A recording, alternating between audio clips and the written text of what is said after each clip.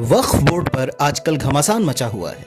दिल्ली के जंतर मंतर में वक्फ amendment bill को अनकॉन्स्टिट्यूशनल बताते हुए एक बड़ा प्रोटेस्ट हुआ।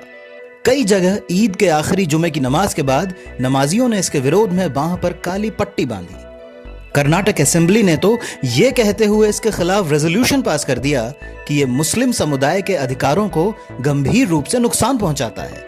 न्यूज चैनल्स वक्फ बोर्ड पर ताबड़तोड़ बहस करते रहे और अब तो लोकसभा में यह वक्फ अमेंडमेंट बिल पास भी हो गया है। आखिर है क्या यह मामला और क्या है यह वक्फ बोर्ड? आइए जानते हैं वक्फ बोर्ड की कहानी इस वीडियो में तफसील से। वक्फ एक सैकड़ों साल पुरानी परंपरा है जो इस्लाम में पैगंबर हजरत मोहम्मद के समय से शुरू हुई। कहानियों में सुनने पढ़ने में आता है कि सन 640 के आसपास मदीना शहर में रूमा नाम के यहूदी के पास एक कुआं था जो उस कुएं से पानी बेचकर गुजारा करता था। इलाके में पानी की कमी थी। उस वक्त वहां के मुसलमानों के पास इतना पैसा भी नहीं था कि रोज पानी खरीदे। पैगंबर हजरत मोहम्मद के कहने पर उस्मान इब्न अफ़्फ़ान ने यहूदी से वो कुआं कई हजार दिरहम में खरीदा और लोगों के लिए सार्वजनिक कर दिया। अब यह कुआं उस्मान का भी न रहकर सिर्फ लोगों के लिए समर्पित हो गया। यहां तक कि इसकी खरीद फरोख्त पर भी रोक लगा दी गई। अरबी में वक्फ का मतलब होता है रोकना, होल्ड कर लेना, यानी इस कुएं को वक्फ कर दिया गया। जन सामान्य के लिए ही आगे इसकी खरीद फरोख्त रोक दी गई। ऐसी ही एक और कहानी है जहां दूसरे खलीफा उमर इब्न अल-खत्ताब ने एक जमीन हासिल की और पैगंबर से पूछा कि मैं कैसे इसका सबसे अच्छा इस्तेमाल करूं। नबी ने उस जमीन को वक्फ करने की सलाह दी। उन्होंने कहा कि यह जमीन अब न तो आगे बेची जाए और न ही दान की जाए, इसे अब लोगों के भले के ही लिए रोक लिया जाए, यानी अरबी में वक्फ कर लिया जाए। इस जमीन की फसल और मुनाफा फिर गरीबों, यात्रियों और बाकी जरूरतमंदों को दान कर दिया जाए। अब यह चलन बढ़ता गया। मुस्लिम्स अपनी कम्युनिटी और कभी कभी दूसरी कम्युनिटीज के लिए भी कुछ न कुछ वक्फ करते गए। वक्फ तेजी से बढ़ा और इस्लामी समाज के जीवन का एक अहम हिस्सा बन गया। यहां तक कि इससे बड़े बड़े संस्थान भी बनते गए, जैसे कायरो यूनिवर्सिटी 1908 में वक्फ के ही रूप में स्थापित की गई। इसकी शुरुआती वक्फ धनराशि इजिप्शियन समाज के इन्फ्लुएंशियल और विद्वान लोगों ने दान की थी। बढ़ते बढ़ते इस्लामिक समाज में वक्फ इतना बड़ा हो गया कि इंटरनेशनल, कंट्री, स्टेट जैसे हर लेवल पर एक वक्फ मैनेजमेंट ऑर्गेनाइजेशन की जरूरत पड़ी।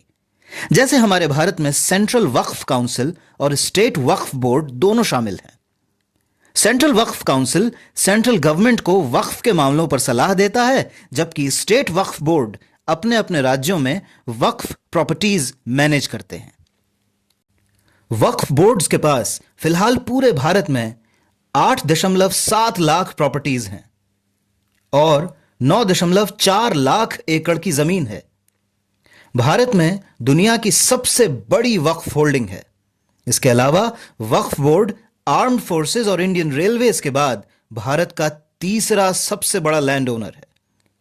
बस यहीं से वक्फ पर सारी खींचतान शुरू हो जाती है। अब आइए देखते हैं कैसे।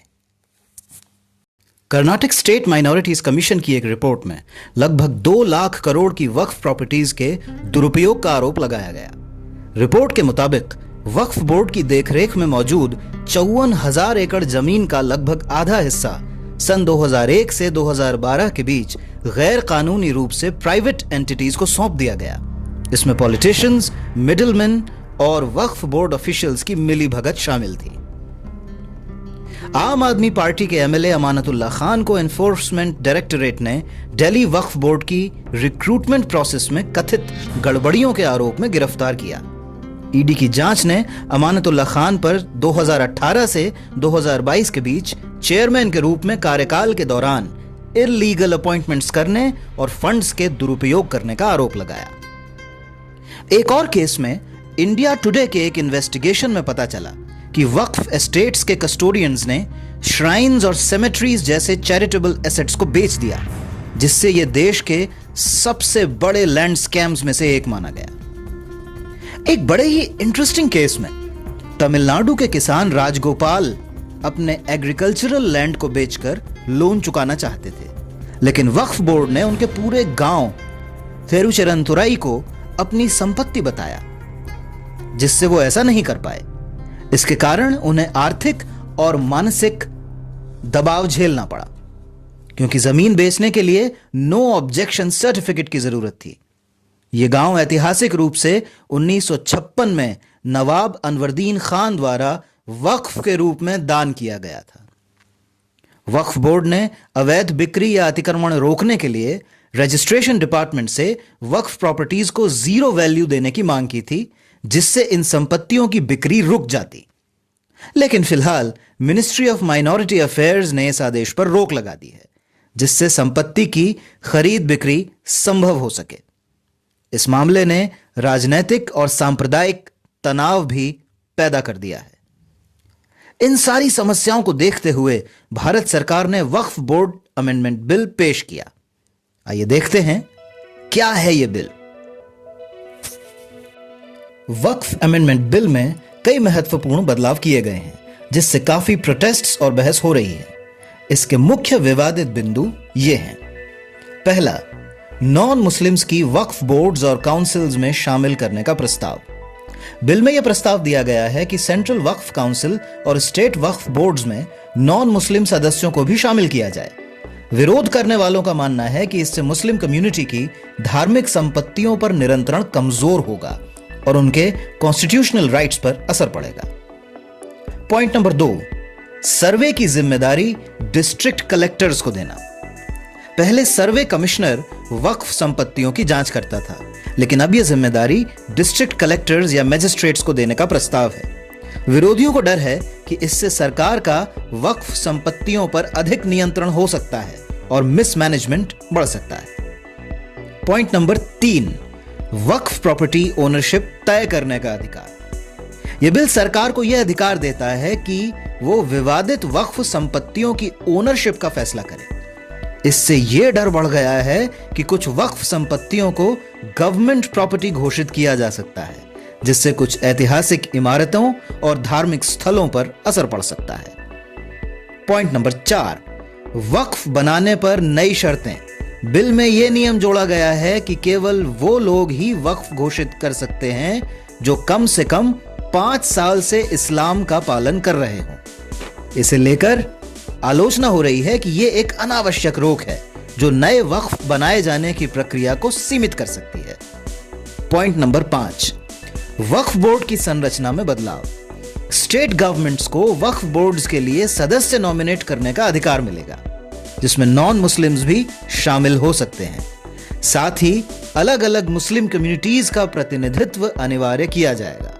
सरकार इसे इंक्लूसिविटी बढ़ाने का कदम बता रही है, लेकिन विरोधियों का मानना है कि इससे वक्फ बोर्ड्स की प्रभावशीलता कमजोर होगी। गवर्नमेंट ऑफिशियल्स का कहना है कि इस बिल का उद्देश्य करप्शन रोकना, संपत्तियों का बेहतर मैनेजमेंट करना और वक्फ संस्थानों में विविधता लाना है। लेकिन विरोधियों का मानना है कि यह मुस्लिम राइट्स को कमजोर कर सकता है, ऐतिहासिक संपत्तियों पर असर डाल सकता है और पॉलिटिकली मोटिवेटेड है।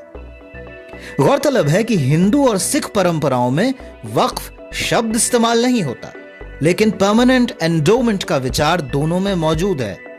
हिंदू धर्मदा ट्रस्ट्स और सिख गुरुद्वारा लैंड ग्रांट्स उसी तरह काम करते हैं जैसे वक्फ, जिससे लॉन्ग टर्म चैरिटेबल सर्विसेज जारी रहती हैं, जैसे श्रोमणी गुरुद्वारा प्रबंधक कमेटी और तिरुमला तिरुपति देवस्थानम। दोनों ही में दान किए गए पैसे, जमीन या गोल्ड के जरिए temple maintenance, education, health care और सोशल वेलफेयर का काम किया जाता है। तो क्या अपनी संपत्ति की कमाई का कुछ हिस्सा देने का ट्रेडिशन इस्लामिक कल्चर में ही ज्यादा मजबूत है, जिसकी वजह से वक्फ बहुत तेजी से बढ़ता गया?